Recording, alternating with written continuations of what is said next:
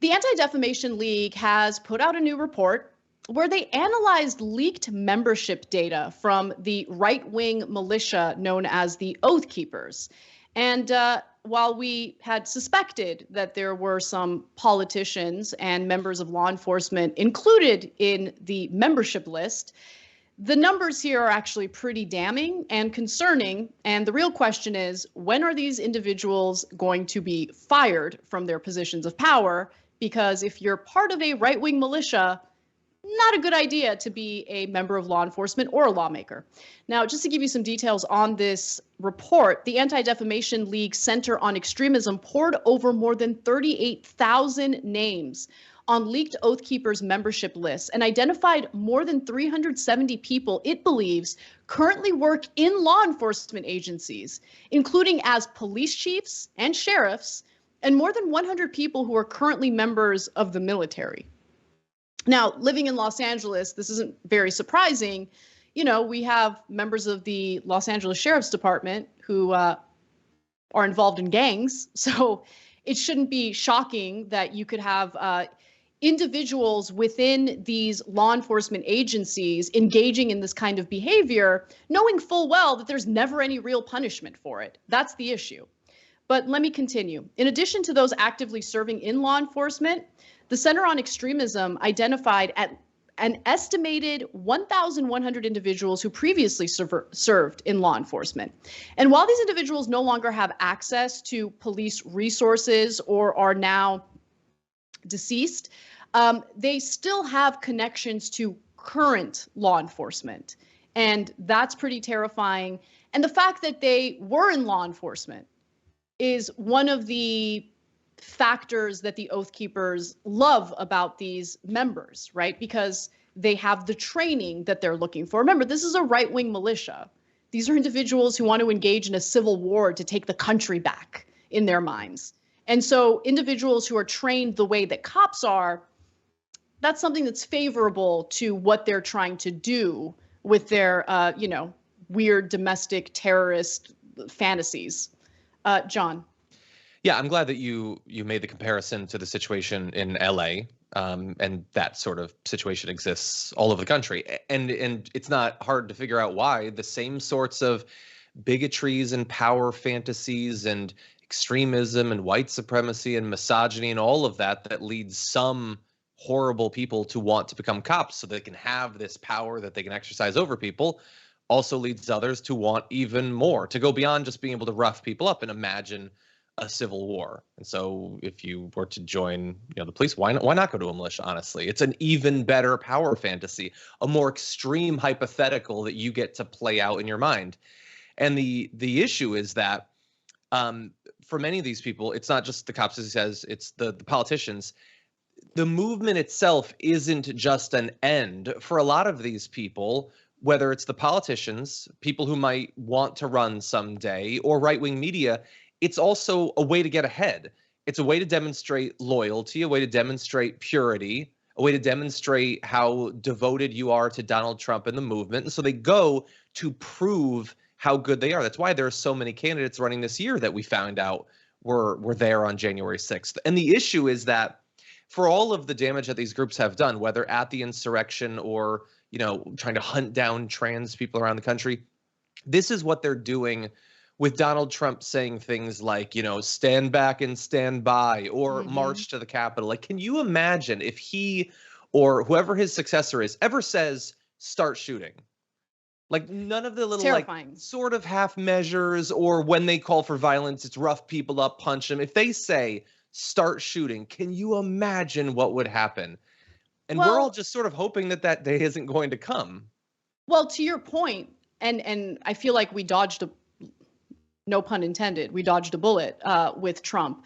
Remember when the BLM protests were taking place in the summer of 2020, at one point, Trump literally used the phrase, when the looting starts, the shooting starts. That's true. And we are incredibly fortunate that the signal that he sent out to these right-wing militias didn't lead to more shootings. at these demonstrations. And I say more because, of course, we know about Kyle Rittenhouse. We know about acts of violence that did take place as a result of these, right-wingers showing up to these demonstrations and serving as provocateurs, serving as, a source of violence within these demonstrations. Now, let's get to some of the other individuals who were found to be part of the Oath Keepers based on this leak of their membership list. It also identified 117 individuals who they believe currently, not formally, currently serve in the military, and more than 80 people who were running for or served in public office. Now, while they didn't find anyone currently holding office at a federal level being part of that list, apparently there were a lot of local lawmakers who were included in the list. We have previously covered Arizona State Senator Wendy Rogers, who doesn't seem to be apologetic at all for being associated with the Oath Keepers. She actually proudly promoted her Oath Keepers membership back in 2018. It was part of one of her campaign ads, which has since been deleted. In Texas, the state has the highest number of members within the Oath Keepers. So let's take a look at the next graphic because it'll break it down for you. Total number of Oath Keepers signups in Texas, 3,301. Of them, elected officials, 8, law enforcement, 33, military, 10, first responders, 7, and then total within these professions, 58. Okay, so my bad. So the officials, that's 58 of them. And then there's 3,301 people in Texas who are part of the Oath Keepers based on this membership list. It's crazy.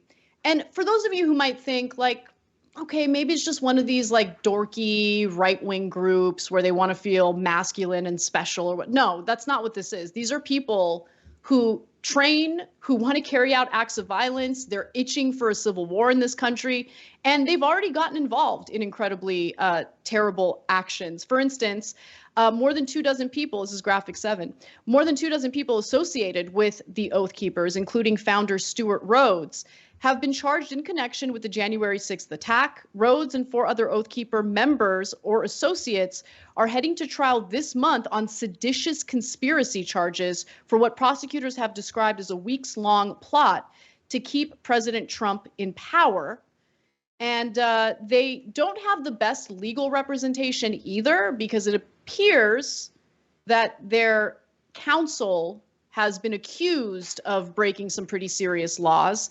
The U.S. Attorney's Office for the District of Columbia in part alleges that Kelly Sorrell, who's a lawyer for the Oath Keepers, destroyed and hid potential evidence to obstruct the criminal investigation into the Capitol attack, indicting her on a charge of tampering with documents. She's also charged with conspiracy to obstruct and obstruction of Congress's certification of President Joe Biden's win during the 2020 elections, as well as being inside the Capitol during the insurrection.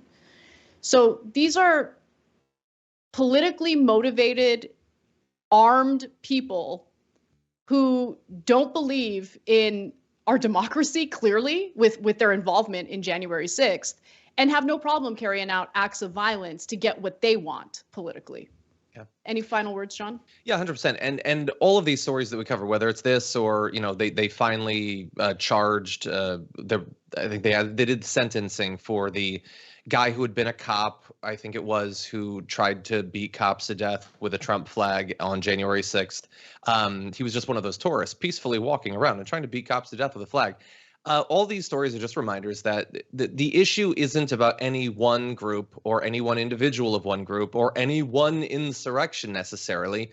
It's the growing normalization of political violence on the right and the thirst for more of it. For every person who's willing to march, there's 10 people, 100 people, 1,000 people who would love to see it happen.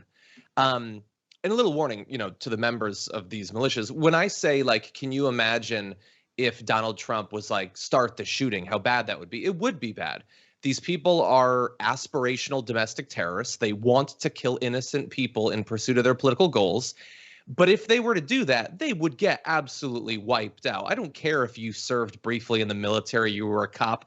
If you go up against the U.S. military, you're going to be absolutely destroyed. That's what you get when you spend hundreds and hundreds of billions of dollars on a military every single year. You chuckleheads, you insane wannabe domestic terrorists, will kill some innocents. You'll get what you want in that way, and then you will be killed. I mean, let's just be clear about that. The ridiculous fantasies that a couple of these, I was going to swear, I'll say jokers with guns are going to overthrow the U.S. government makes as much sense as me imagining that I'm going to become an elven warrior in Lord of the Rings. It's as ridiculous and deranged, actually. Mine doesn't threaten to kill anyone, my fantasy at least, so it has that going for it. But anyway, that's just a little reminder for them. You can dream of killing innocents to make America great again, but if you actually try to do that, you're going to end up dying. Let's just be clear about that.